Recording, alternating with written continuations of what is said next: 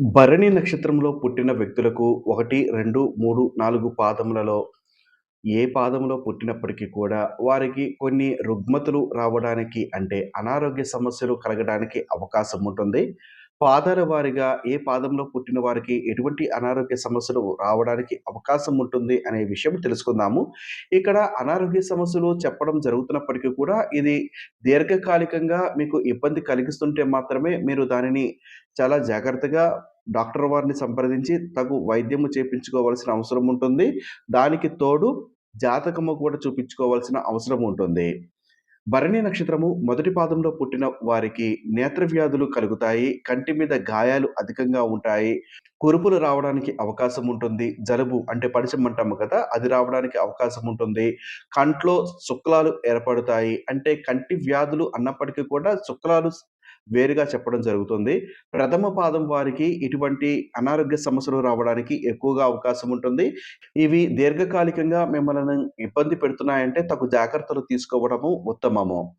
రెండో పాదంలో పుట్టిన వారికి గనేరియా రావడానికి అవకాశం ఉంటుంది. అంటువ్యాధులు రావడానికి అవకాశం ఉంటుంది. అంతర్గత అవయవాల అనారోగ్య సమస్యలు రావడానికి అవకాశం ఉంటుంది. చర్మం సంబంధమైనటువంటి అనారోగ్య సమస్యలు రావడానికి కూడా అవకాశం ఉంటుంది. అంటే బొల్లి రావడానికి లేదా కురుపులు ఏర్పడడానికి ఎక్కువగా అవకాశం ఉంటుంది కాబట్టి అటువంటివి గనక మీరు చూస్తున్నట్టయితే త్వరగా మీరు దానికి స్పందించి తగు వైద్యము చేపించుకోవడము ఉత్తమము. మూడవ పాదంలో జన్మించిన వారికి సుఖవ్యాధులు అధికంగా కలగడానికి అవకాశం ఉంటుంది. అనారోగ్యము ఒకరోజు బాగుంటే 4 రోజులు బాగోకపోవడం లాంటిది చూడడానికి అవకాశం ఉంటుంది. తల తిరుగుడు ఉండడము, జ్వరము ఎక్కువ రోజుల పాటు ఉండడము, ఆస్త్మా ఉండడానికి అవకాశం ఉంటుంది. సైనసైటిస్ ఉండడానికి అవకాశం ఉంటుంది. ఇటువంటి సమస్యలు గనక దీర్ఘకాలికంగా అంటే 15 రోజులకు మించి గనక మీరు చూస్తున్నారు అంటే ఖచ్చితంగా డాక్టర్ వారిని సంప్రదించడము ఉత్తమము. నాలుగవ పాదం విషయానికి వస్తే, దేహము తరచుగా అనారోగ్యం కలుగుతూ ఉంటుంది. నీరసం ఎక్కువగా ఉంటుంది. కంటి చూపు తక్కువగా ఉండడానికి అవకాశం ఉంటుంది. ఉదర సంబంధమైనటువంటివి లేదా స్థూలకాయం రావడానికి ఎక్కువగా అవకాశం ఉంటుంది. శ్వాస సంబంధమైనటువంటి అనారోగ్య సమస్యలు రావడానికి అవకాశం ఉంటుంది.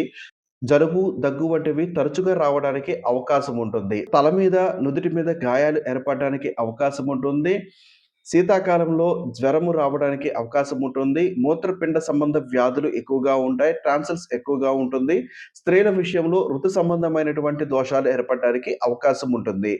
ఇట్టి అనారోగ్య సమస్యలు గనక 15 రోజులకు మించి గనక మీరు చూస్తున్నారు అంటే తగు వైద్యము చేపించుకోవడము మంచిది.